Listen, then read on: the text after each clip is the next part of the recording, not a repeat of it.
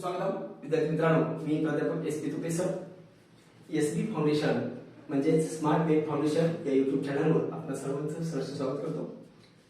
मी फळ्यावरती एक वाक्य लिहिलंय, तर without commitment you never start.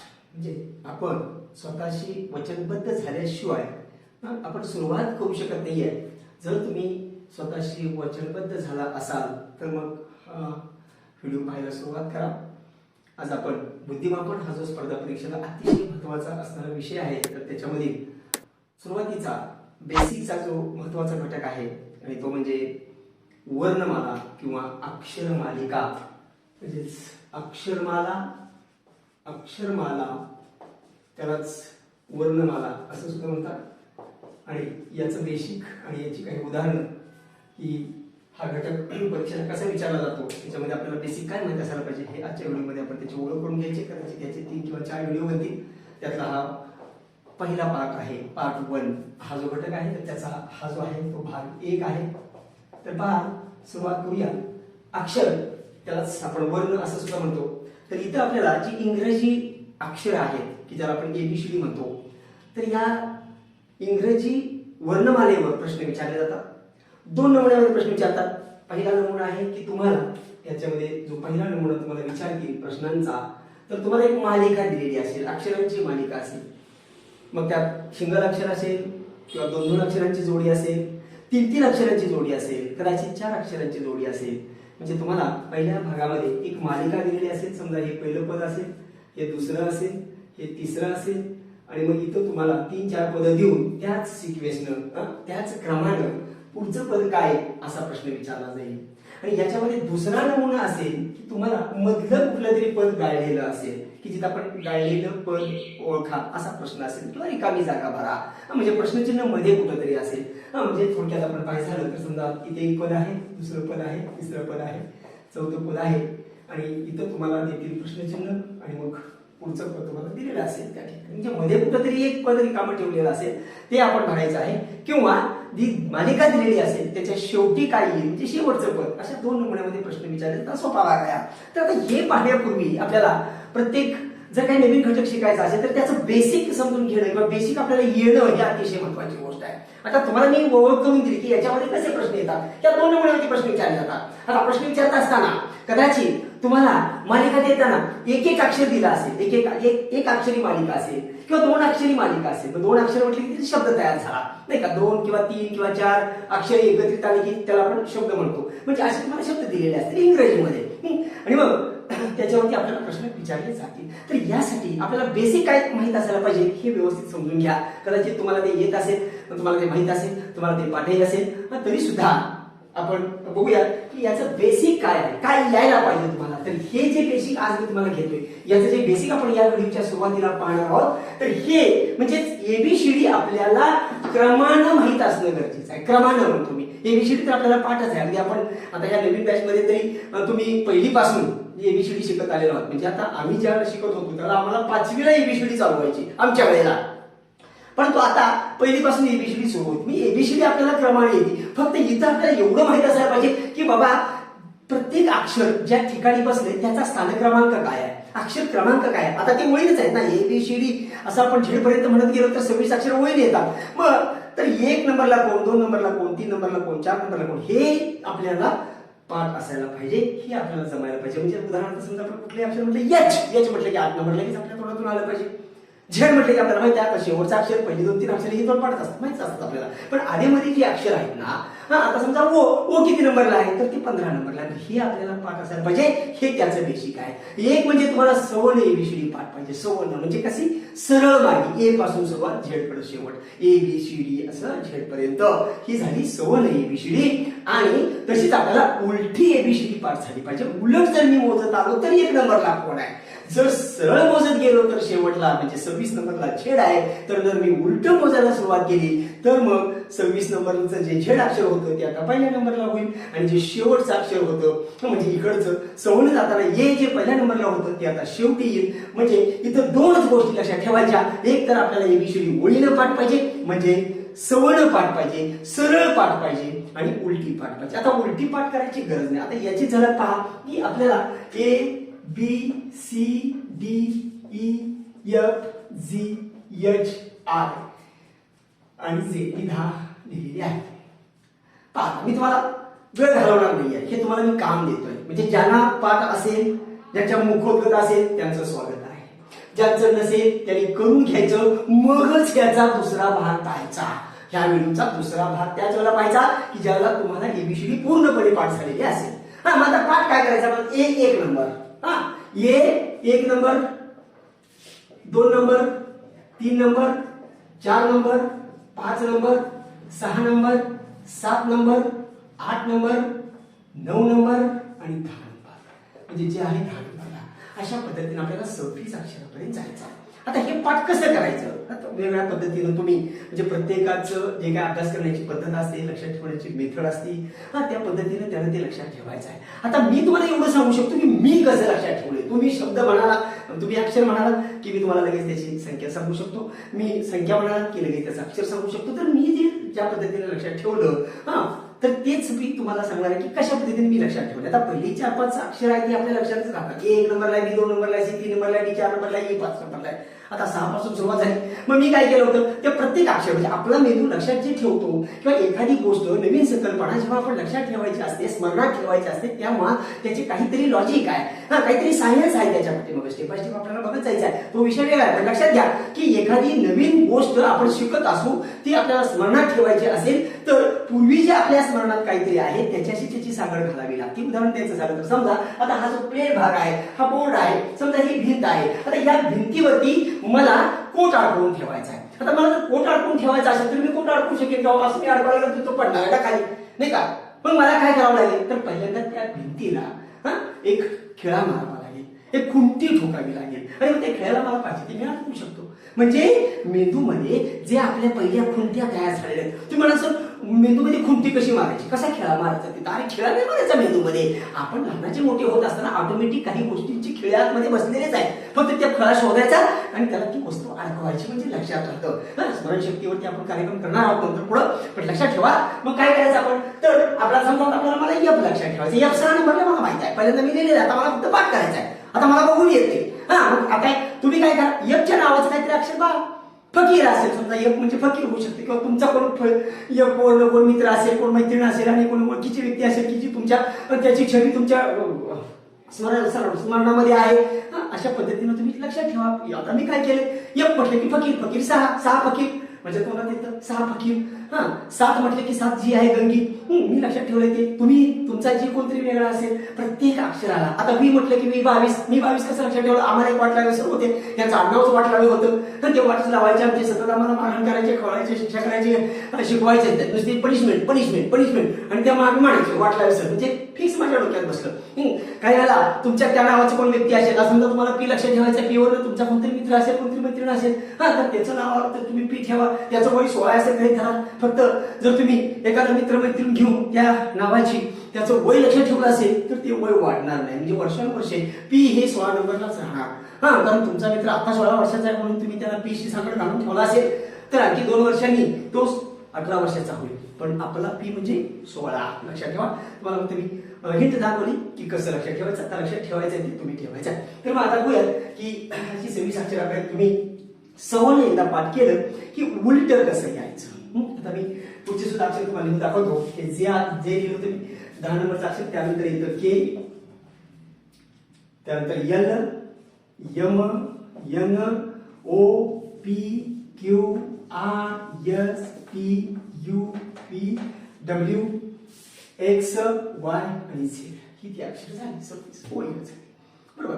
आता विरुद्ध जोडी कशी लक्षात ठेवायची हे तुम्हाला मी जाता सांगेन आणि मग आपण काही उदाहरणं पाहणार आहोत त्याची पहिल्या लेवलची. तर मग आता एक आपल्याला माहिती आहे की आहे 11 number, 12 number, 13 number, 14 number, 15 number, 16 number, 17, 18, 19, 20, 21, 22, 23, 24, 25 आणि 26. म्हणजे ही झेडपर्यंतची 26 ओळीनं अक्षर झाली. समजा मला उलट क्रमांक पाहिजे. उलट क्रमांक ज्यावेळेला आपल्याला प्रश्न सोडवायचे आहेत ना, हा घटक अतिशय महत्वाचा आहे, बेसिक घटक आहे. पण लक्षात घ्या, हा वर्णमालेवरती तर प्रश्न असतोच परीक्षेमध्ये. आज मी तुम्हाला टॅगला विचारलेले प्रश्न घेणार आहे.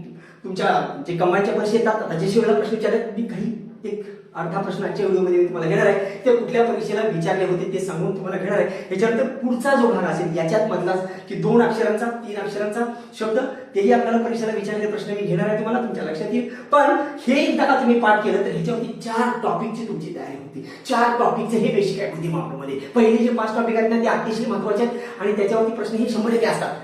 तर त्यातला हा पहिला वर्णमाला आहे. त्यानंतर तुम्हाला सहसंबंध आणि क्रमसंबंध असा एक टॉपिक आहे. इथे सुद्धा ज्यावेळेला आपण शब्दांची सांगड घालतो त्यावेळेला सुद्धा हे आपल्याला बेसिक उपयोगीच आहे. त्यानंतर सांकेतिक भाषा आणि वर्गीकरणामध्ये विजुअल पद ओळखा, विसंगत पद ओळखा असे प्रश्न विचारतात. तिथेही आपल्याला हे बेसिक उपयोगी आहे. त्यामुळं हे परफेक्ट करून घ्यायचं जबाबदारी तुमची आहे, लक्षात ठेवा. आता त्यानंतर समजा मला उलटे घ्यायचं आहे. बघा आता एक उदाहरण देतो तुम्हाला, तुमच्या लक्षात येईल. जास्त माहिती सांगायची गरज नाही आहे. समजा कुठलेही अक्षर आहे मला उलट क्रमाने मी आलो. आता मी घेतो आर. आता आर सवय जर मी गेलो सरळ मोजत गेलो तर आर किती नंबरला येतं? 18 नंबरला येतं. समजा मला विचारलं की उलट आलं तर 18 नंबरला कोण बसलाय? तर काय करायचं? काय नाही, कुछ नाही करणे का. काय करायचं? फक्त समोरचा जो क्रमांक आहे ना तो 27 मधून वजा करायचा. 27 मधून वजा करा. 27 मधून 18 वजा करा.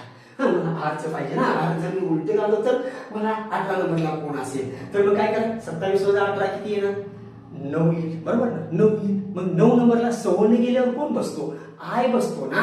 म्हणजे आर आणि आय ही उलट क्रमांकाची जोडी आहे. म्हणजे सवर्ण गेलो तर 18 नंबरला आर आणि उलट आलो तर 18 नंबरला आय. ह्या दोघांची जी बेरीज येते ती बेरीज येते 27. मग असं प्रत्येक जोडीचं आहे, लक्षात घ्या. प्रत्येक जोडीचं तुम्हाला विरुद्ध जोडी पाहिजे ना.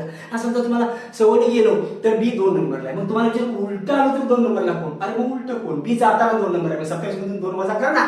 मग किती आलं? 25 आलं. मग सवणी गेलं तर 25 नंबरला कोण आहे? वाय आहे. संपला विषय. म्हणजे बी वाय विरुद्ध. काही विरुद्धार्थी जोड्या पाठ करून म्हणजे काही विद्यार्थी पाठ करत बसतात. विरुद्ध जोड्या पाठ करते कशाला मेंदूचं मीटर जाळायची काय गरज आहे? तुम्हाला सवणी पाठ करा ना. आलं लक्षात? तर अशा पद्धतीने तुम्ही उलट सुलट एबीसीडी तुम्हाला आली पाहिजे. त्याचबरोबर इंग्रजीमध्ये जे स्वर आहेत, स्वर E E I O U हे 5 स्वर आहेत. तर हे 5 स्वरांचे आकडे आपल्याला माहित असायला पाहिजे. आकडे म्हणजे आता हे एकदा पाठ झाले ते सगळं येतेच हो नाही का. म्हणजे हे जर तुम्हाला ओळीनं ए पासून झेड पर्यंतचे सवर्ण एबीसीडीचे अक्षर क्रमांक पाठ झाले की त्याचे उलट पण येतात आणि स्वरस्थानी कोण बसले हे पण येतं, वर्गस्थानी कोण हे पण येतं, घनस्थानी कोण हे पण येतं, समस्थानी पण येतं आणि विषमस्थानी पण येतं. ते स्टेप बाय स्टेप आपण नमुन्यामध्ये बघत जाऊ. तर आता आपण पाहायचं आहे की हे सगळं झाल्यानंतर याच्यावरती प्रत्यक्ष प्रश्न विचारतात कसे प्रश्न आले होते ते आज आपण बघूया. काही प्रश्नांचं आज आपण सॅम्पल बघायचं आहे. मी पहिला प्रश्न तुम्हाला घ्यायचोय तेव्हा JLLP असा क्वेश्चन आहे आणि प्रश्नचिन्ह. बघा आता प्रश्न कसे सोडवायचे फटाफट. आता मी असं गृहीत धरले की तुम्हाला हे पाठ आहे. ज्या विद्यार्थ्यांना पाठ नाही आहे हे व्हिडिओ पाहत आहे त्यांनी ते वहीमध्ये लिहा. व्हिडिओ बंद करा, वहीमध्ये एबीसीडी घ्या, त्याचे आकडे लिहा आणि मग पुन्हा व्हिडिओ चालू करा. म्हणजे मग प्रश्न कसा फारचा सोडवला ते तुमच्या लक्षात येईल. तर पहिला प्रश्न आहे JLLP. JLLP आणि शेवटी आहे प्रश्नचिन्ह. मग आपण काय करायचं? काही नाही करायचं. फक्त आपल्याला जे पाठ आहेत ना अक्षरक्रमात फटाफट खाली लिहून घ्या. आता सुरुवात करताना तुम्हाला खाली लिहावं लागेल. नंतर तुम्ही डायरेक्ट करणार. डायरेक्ट पहा जे किती नंबर आहे? 10 number. L 12 number. N 14 number. P 16 number. आता ही तर मला पाहिजे ना. आता बघा ना 10. आपल्याला काय होतं तर अक्षरापेक्षा संख्येमधला फरक लगेच लक्षात येतो आपल्याला. 10 आणि 12 किती फरक आहे? अधिक 2 म्हणजे 10 अधिक 2 12, 12 अधिक 2 14, 14 अधिक 2 16. मग इथे काय होणार? 16 अधिक 2 16 अधिक 2 किती झाले? 18 झाले. 18 म्हणजे काय? 18 ला कोण बसलाय? म्हणजे पाठ आहे आपल्याला. 18 कोण बसलाय? आर बसलाय. समजा माझं उत्तर त्याचं उत्तर असेल आर. अशा पद्धतीचा प्रश्न असतील. आता दुसरा एक प्रश्न पाहता. हे जे 2 प्रश्न आहेत हा जो प्रश्न होता हा सेंट्रल गव्हर्नमेंटच्या पेपर मधला मी घेतला होता. आपले प्रश्न मी घेतोय. आणखी एक प्रश्न पहा असाच. आजच्या व्हिडिओमध्ये फक्त मी एक अक्षरी शब्द आपण शिकायचं. एक अक्षरी कसं फास्ट करायचं. त्यानंतर आपण काय करायचं? 2 अक्षरी 3 अक्षरी असे पुढच्या व्हिडिओमध्ये मी त्याची उदाहरणं घेईन. तर आता मला दुसरं उदाहरण झाल्यानंतर दुसरं उदाहरण आहे. दुसरं उदाहरण आहे YWTRO. YWTRO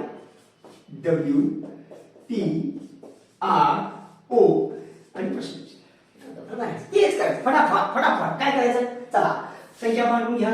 Y 25 number, W 23 number, T 20 number, R 18 number, O 15 number. आता इथलं मला पाहिजे. बघूया संबंध सोडत जायचं. 25 आणि 23 काय केले? -2 केले. 25 23 -2 केले. 23-20 काय केले? -3 केले. त्यानंतर 20-11 काय केले? 2 वजा केले. मला सापडली लिंक. अरे एकदा 2 वजा केले, परत 3 वजा केले, परत 2 वजा केले, आता परत 3 वजा केले ना, परत 3 वजा केले म्हणजे मला लिंक सापडली. मालिका असते, लक्षात घ्या. मालिका त्याला म्हणतात. मालिका शब्दाचा अर्थ काय होतो? पण पाठीमागची लिंक पुढे असते.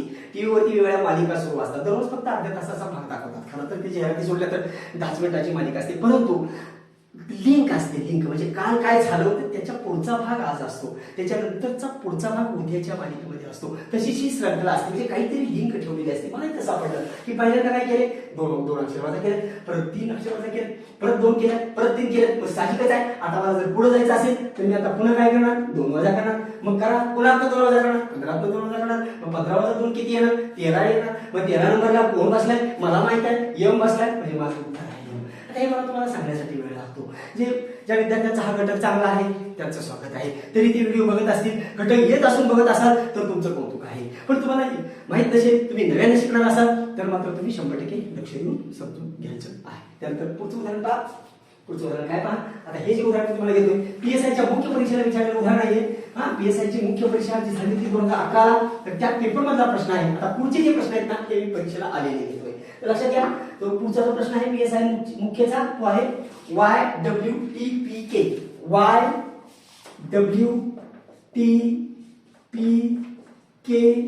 प्रश्नचिन्ह. हा प्रश्न विचारला पीएसआय मुख्य परीक्षा. परीक्षा शब्द लिहित नाही, मुख्य म्हणजे मुख्य परीक्षा 2011. ह्या परीक्षेला विचारलेला हा प्रश्न आहे. करूया लगेच पहा. तेच करायचं. कुछ नहीं करने का. क्या करने का? Y किती नंबर आहे? 25 नंबर. W किती आहे? 23 नंबर. T किती आहे? 20 नंबर. P किती आहे? 16 नंबर. K किती आहे? 11 नंबर. तिथलं मला शोधायचं आहे. मी चौकट टाकून ठेवतो.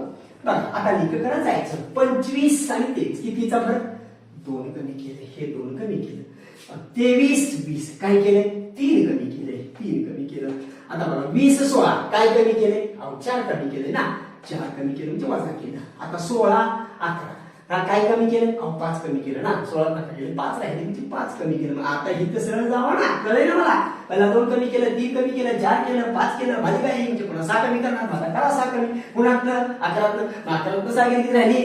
5 राहिली. मग 5 नंबरला कोण बसलाय? आपल्याला माहिती आहे ई बसलाय. झालं माझं काम. म्हणजे माझं उत्तर आहे याचं ई. आलं का लक्षात? अशा पद्धतीनं असा प्रश्न पीएसआयच्या मुख्य परीक्षेला विचारला होता. लक्षात घ्या. आता पुढचा प्रश्न पहा. पुढची जे मी 2-3 प्रश्न घेतोय. आता आणखी एक आपण प्रश्न घेऊया की समाज कल्याण अधीक्षकच्या पेपर मधला प्रश्न आहे तो 2015चा.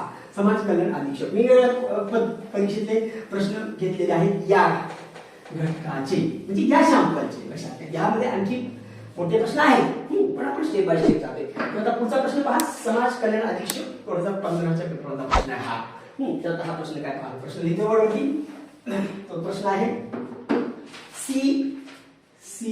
C/X त्यानंतर E/V त्यानंतर G/T त्यानंतर I/R. आता ह्याचे पर्याय मुद्दाम लिहितोय कारण परीक्षेमध्ये फास्ट पटकन प्रश्न कसा सोडवायचा यासाठी. आता मी तुम्हाला पर्याय द्यायला सुरू करतो. तर ह्याचा पहिला पर्याय दिलेला आहे. पर्याय दिलेला आहे आपल्याला. तर पहिला दिला A/Z. दुसरा पर्याय दिला आहे DW म्हणजे D/W. तिसरा पर्याय दिला आहे F/V आणि चौथा पर्याय दिला आहे K/P. पहा पटकन प्रश्न कसा सोडवायचा. पहिल्यांदा अंशाचा करा. इथं अंश छेद दिलेले काही संबंध नाही त्या गोष्टीची. फक्त आपण काय करायचंय अक्षर क्रमांकाचा विचार करणे. मग आता C किती नंबर आहे? 3 नंबर. E आहे 5 नंबर. G आहे 7 नंबर. I आहे 9 नंबर. साहजिकच आहे काय करत गेल्या 3 आणि 2 5 5 आणि 2 7 7 आणि 2 9 9 2 11 अशीच मालिका पुढे जाणार ना. म्हणजे 9 2 11 झालं. म्हणजे अंशाला 11 11ला कोण बसतं आपल्याला माहिती आहे के बसतो. म्हणजे जे उत्तर असेल त्याचा अंश के असेल. मग जर ह्या पर्यायाला नजर मारल्यानंतर अंश असणारा के असणारा अंश एकच पर्याय आहे ना. त्यामुळे हे खालचं कशाला करत बसायचं. म्हणजे तुमचं उत्तर ठरलेलं आहे. पर्याय क्रमांक 4 K/P. आलं लक्षात. पूर्ण चेक करायची गरज नाही. हा समाज कल्याण अधीक्षकची जी परीक्षा झाली होती 2015 त्यातला प्रश्न मी घेतला होता. आता त्यानंतर जी आपली शिक्षक अभियोगितेची परीक्षा आहे त्याला आपण टॅट म्हणतो. शिक्षक अभियोगिता बुद्धिमत्ता चाचणी परीक्षा, त्याच्यामध्ये याच्यावरती विचारलेले काही प्रश्न पहा. काही प्रश्न आपण राज्यसेवेचे पण बघू. म्हणजे तर पाहता हा प्रश्न जो मी घेतोय, टॅट परीक्षा, टॅट TAIT 2017 एकदाच परीक्षा झालेली आहे. आणि मग या परीक्षेमध्ये या घटकावरती जे प्रश्न विचारले त्यातले काही प्रश्न पहा. तर तो प्रश्न पहिला आहे त्याच्यातला ABDG पहा. ABDG प्रश्नचिन्ह आणि पुढं P. आता याच्या पर्याय नाही, एक अक्षर आहे त्यामुळे पर्याय लिहून करायची गरज नाही. उत्तर काढू. पहा तेच करायचं. काय करायचं, अक्षर क्रमांक मांडत जावा. मग अक्षर क्रमांक मांडायला सुरुवात करतो. A आहे 1 नंबरला, B आहे 2 नंबरला, D आहे 4 नंबरला, G आहे 7 नंबरला. आता इथं मला माहित नाही, पण आता पुढचं मला P दिलेलं आहे. आता मी जातो पहा. संख्येमध्ये काय फरक केलाय, 1 नंतर लगेच 2 आलं, 2 नंतर इथं 2 वाढवलं. पहा 2 आणि 2, इथं 4 आणि 3, 7 म्हणजे किती वाढवले, 3 वाढवले. म्हणजे पहिल्यांदा काय केले, इथं 1 अधिक 2 म्हणजे 1 वाढवलं. म्हणजे पहिल्यांदा 1 वाढवलं, परत 2 वाढवलं, 3 वाढवलं. म्हणजे साहजिकच आहे मी इथं किती वाढवणार आहे, 4 वाढवणार आहे. 4. मग 4 वाढवल्यानंतर म्हणजे 7 मध्ये 4 मिळवल्यानंतर किती येते, 11 येते. म्हणजे 11 नंबरला कोण बसलाय, 11 नंबरला के बसलाय. म्हणजे माझं उत्तर इथलं आहे. आता असंच पुढे मी जर कंटिन्यू केलं तर बरोबर आहे का नाही बघू शकतो ना माझं उत्तर बरोबर आहे का नाही. मग ही मला माहिती कसं पडली, 1 1 1 वाढत चाललंय. मग आता ह्याच्या पुढे जे P त्यांनी दिलं होतं, तर त्याच्यामध्ये आता मी काय वाढवणार, 11 मध्ये मी काय वाढवणार पहा पुढं. म्हणजे आता 4 वाढवलं होतं, आता मी 5 वाढवणार. मग 11 आणि 5 किती वाढणार, 16 वाढणार. आता 16 नंबरला P बसलाय ना, म्हणजे माझं जे उत्तर ते बरोबर होतं ना. अशा पद्धतीनं हा प्रश्न टॅट 2017च्या पेपरमध्ये विचारला होता. आता आणखी एक प्रश्न पहा की जो टॅटलाच विचारलेला आहे. म्हणजे आता टॅटचेच प्रश्न घेताना मी थोडे वेगवेगळे शब्द घेतलेले. तर पहा प्रत्येक प्रश्न महत्वाचा आहे. जरी तुमच्या आता लक्षात आलं असलं तरी पण याच्यामध्ये पुन्हा वेगवेगळे ट्रिक्स वापरलेले असतात. सरळ प्रश्न असेल तर तो प्रश्न कसला नाही का, प्रश्न हा वाकडाच असला पाहिजे, टप्पच असला पाहिजे, तरच तो प्रश्न ना. तर पुढचा प्रश्न काय पहा, E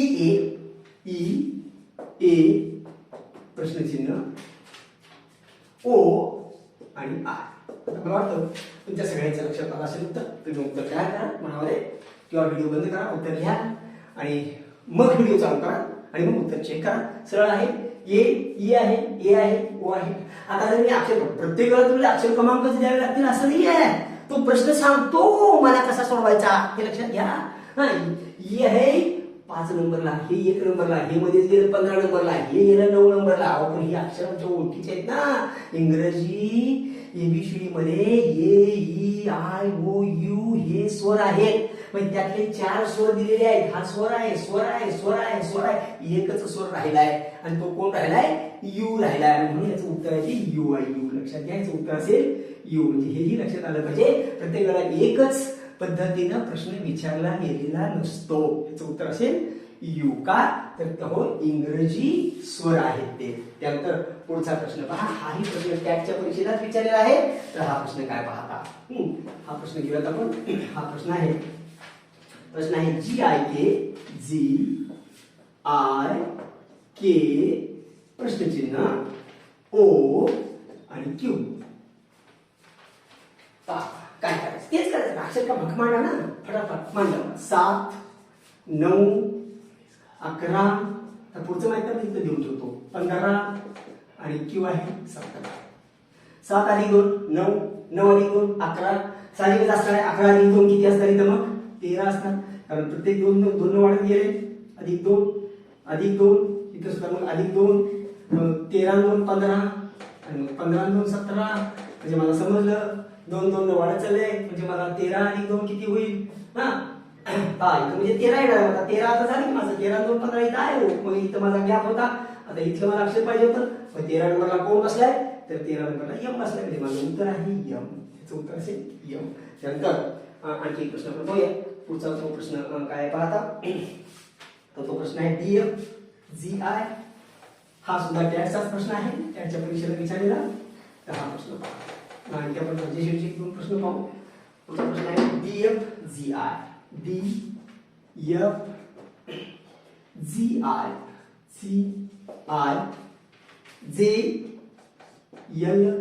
JLM आणि प्रश्नाची हे काय, हे तर तेच करायचं ना. मग काय करणार, घ्या ना अक्षर क्रमांक 4, 6, 7, त्यानंतर 9, त्यानंतर 10, त्यानंतर 12, त्यानंतर 13. आता हे म्हणल्यानंतर ह्याच्यामध्ये काय लिंक लावलेली आहे बघायचो. पहा 4 आणि 6 कितीचा फरक आहे, 2चा फरक आहे. परत 6 आणि 7 कितीचा फरक वाढवलाय, 1 वाढवलाय. 7 आणि 9 कितीने वाढवले, 2 वाढवले. परत 9 आणि 10 1 वाढवले. परत 2 वाढवले आणि परत 1 वाढवले. म्हणजे मला आता सिस्टीम लक्षात आली. काय, पहिल्यांदा 2 वाढवतात, नंतर 1 वाढवतात, नंतर 2 अक्षर, नंतर 1 वाढवतात, नंतर 2 वाढवतात, नंतर 1 वाढवतात. म्हणजे पुढे मी पुढे जाऊन काय वाढवणार, पुढे जाऊन मी 2 वाढवणार, 13 मध्ये 2 मिळवणार, 15 होणार आणि 15 नंबरला कोण बसलाय, तर तो 15 नंबरला ओ बसलाय आणि म्हणून माझं उत्तर असेल ओ. अशा पद्धतीनं प्रश्न विचारले जातात. आता एक दोन प्रश्न आपण राज्यसेवेला, हा घटक सगळ्या तुम्ही कुठल्याही पदासाठी असणारी स्पर्धा परीक्षा द्या, त्याच्यामध्ये हा घटक आहेच. बुद्धिमापनचे घटक सगळे तेच आहे. थोडासा काठीण्य पातळीमध्ये फरक पडतो, पण लक्षात ठेवा एकदा बेसिक तुमचं स्ट्रॉंग झालं की तो कसाही प्रश्न विचारले आपण प्रश्न सोडवू शकतो. तर आता पुढचा एक प्रश्न बघूया की जो प्रश्न राज्यसेवेच्या पूर्व परीक्षेमध्ये विचारला गेला होता. तो एक प्रश्न पहा, म्हणजे आपण आजच्या व्हिडिओची सांगता करू. तर पहा प्रश्न काय आहे, तो हा प्रश्न आहे राज्यसेवेच्या परीक्षेमध्ये विचारलेला आहे. तर प्रश्न असा आहे, SMTW हा आता राज्यसेवेला विचारलेला प्रश्न आहे. लक्षात घ्या, राज्यसेवा प्रश्न आहे SMTW, SMTW, प्रश्नचिन्ह F आणि S. प्रश्न सोडवायचा राज्यसेवेला प्रश्न विचारला. पहा आता काय म्हणजे तुमच्या मी मुद्दा हा प्रश्न घेतला राज्यसेवेचे. कोणी माझे विद्यार्थी बंधू भगिनी हा व्हिडिओ पाहत असतील, हा तर त्याला मी वेगवेगळ्या परीक्षेमधला म्हणजे तुम्हाला फरकही लक्षात घ्यावा. म्हणजे मी जे तुम्हाला घ्यायला लागलो त्याच्यामध्ये माझा उद्देश असा आहे की तुम्हाला जरी हा घटक सगळ्या परीक्षेला असला तर काय फरक पडत जातो. हा जो प्रश्न तुमच्या समोर लिहिलाय हा राज्यसेवेचा प्रश्न आहे. राज्यसेवा हा राज्यसेवेच्या परीक्षेला विचारलेला प्रश्न आहे हा. मग आता हा सुद्धा प्रश्न आपण मगाशी शिकलेला कन्सेप्टवरच आहे, पण तो कन्सेप्ट बसतो का पहा. जर मी आता याचं घेतलं तर हा किती आहे, हा 19 नंबर आहे. S 19 नंबर आहे ना, M 13 नंबर आहे ना, T 20 नंबर आहे ना, W 23 नंबर आहे ना, F 6 नंबर आहे ना, S 19 नंबर आहे ना. अरे कुठलाच कुठे मेळ नाहीये ना, नाही का, काय मेळ आहे, काहीच नाही ना मेळ. म्हणजे इथं काहीतरी वेगळं वापर, हे लक्षात आलं पाहिजे आपल्याला. मी मगाशी पण बोललो होतो या व्हिडिओला, आता इथून पुढे मी वारंवार तुम्हाला अधूनमधून असा तुमच्यावरती बंबाणी करेन की लक्षात ठेवा. प्रश्न जो असतो ना, गणित अंकगणित आणि बुद्धिमापनचे प्रश्न जे असतात ना, ते प्रश्न सांगतात मला कसा सोडवायचा आहे. हा पण त्यासाठी प्रश्न समाना पाहिजे, म्हणजे माझ्या लक्षात आलं पाहिजे. अरे पण अक्षर क्रमांकाचं काही दिसत नाही आहे, पण मग त्यासाठी हे काय आहे बघा. S for Sunday, M for Monday, T for Tuesday, W for वेजडे, पुन्हा T for Thursday, F for Friday, S for Saturday. म्हणजे हे आठवड्याचे वार आहेत ना, म्हणजे हे काय दिले तुम्हाला, आठवड्याचे वार दिलेत. आठवड्याचे वार त्याचं पहिलं अक्षर दिलंय आणि त्यामुळे याचं उत्तर आहे टी. आता मी इथं पर्याय लिहिले नव्हते, पण पर्यायामध्ये टी सुद्धा आहे ना, त्याचे टी याचं उत्तरच आहे ना. ह्याचे पर्याय दिले होते त्यांनी. हा अरे प्रश्न लक्षात घ्या, त्याचे पर्याय मी तुम्हाला सांगतो. त्याचे पर्याय दिले होते ATSE, ATSE हे तेवढा वेगळा दिलाय, बाकी सगळे ह्यातले दिला. याचं उत्तर आहे टी, कारण ह्या आठवड्यातल्या वारांचं काही लक्षात. म्हणजे असा प्रश्न येऊ शकतो, लक्षात घ्या. आता एक शेवटचा प्रश्न आपण बघू की जो STI पूर्वच्या परीक्षेमध्ये विचारला होता तो प्रश्न बघू. आणि म्हणजे तो जो मी सॅम्पल घेतोय त्या सॅम्पल पासून पुढच्या लेक्चरची सुरुवात होईल. बघा तो प्रश्न काय आहे तो. आता बघा शेवटचा प्रश्न, आजच्या व्हिडिओमधला शेवटचा प्रश्न. जर तुम्ही व्हिडिओ शेवटपर्यंत पाहत असाल तर शेवटचा प्रश्न आहे. प्रश्न काय पहा, AK, त्यानंतर EO, त्यानंतर IS म्हणजे IS, त्यानंतर प्रश्नचिन्ह QA आणि UE असा हे तर पहिले प्रश्नचिन्ह आहे. हा आता प्रश्न विचारलाय कुठं, STI पूर्व परीक्षा 2013. STI पूर्व परीक्षा, STI पूर्व 2013. बघा हा प्रश्न कसा सोडवायचा, ह्याचे पर्याय लिहितो. म्हणजे पर्याय का लिहितोय, तर तुम्हाला परीक्षेमध्ये पर्याय दिलेले असतात ना, पटकन पर्यायावर उत्तर कसं काढायचं, कमीत कमी वेळेमध्ये मला प्रश्न सोडवायचा आहे, त्यासाठी पर्याय लिहिल. तर पहिला पर्याय दिला होता LV, तिथं लिहून ठेवतो पर्याय पहा. पहिला पर्याय आहे LV, दुसरा पर्याय दिला होता त्यांनी MW, तिसरा पर्याय दिलाय LW आणि चौथा पर्याय दिला होता MP. हा ह्याचं उत्तर मला शोधायचंय. काय करायचं आपल्याला, काय नाही करायचं, पहिले अक्षर ओळखायचं. इथं काय करायचं, जे अक्षर क्रमांक पाठ केलेत ना, पाठ आहेत ना आपल्या, तर घ्या पहिलं ए आहे, किती नंबर, 1 नंबर. समज ना ए 1 number, E 5 number, I 9 number. इथं प्रश्न चिन्ह होते पुढे चला ना, हा किती नंबर आहे, क्यू 17 नंबर आणि यू जे असतं ना ते असतं 21 नंबर. आता बघत चला काय काय फरक केला. पहा 1 आणि 5 किती वाढवले, 4 वाढवलं. 5 अधिक 4 किती वाढवलं, 9 आले का 9. म्हणजे आता इथं काय वाढवलं बघा, 17 आणि 4 21. म्हणजे मला कळलं की अरे 4 वाढवत चालल्या. पहिल्या अक्षराचा काळ आपण लक्षात ठेवा. म्हणजे मग इथं मला काय करायचं आहे की आय म्हणजे 9 आहे, 9 मध्ये 4 वाढवा. 9 मध्ये 4 वाढवलं तर 9 आणि 4 13 आणि मग 13 नंबरला कोण बसते, यम बसते. मग यम पहिलं अक्षर असणारा जर एकच पर्याय जर असेल तर माझं उत्तर फायनल आहे. पण झाले काय, यम वाली दोघं आहेत म्हणजे स्पर्धा लागली. हा बाद झाला, हा बाद झाला. फक्त ह्या दोघांमध्ये आता स्पर्धा आहे. आता मग पुढचं पण अक्षर आपल्याला शोधावं लागेल. म्हणजे ह्याचं पहिलं अक्षर तर यम असणारच आहे, पहिलं अक्षर तर यमच आहे. आता दुसरं अक्षर शोधू, तिथं पण शोधा. आता तोंडी काढतो बघा, के किती आहे, 11 नंबर.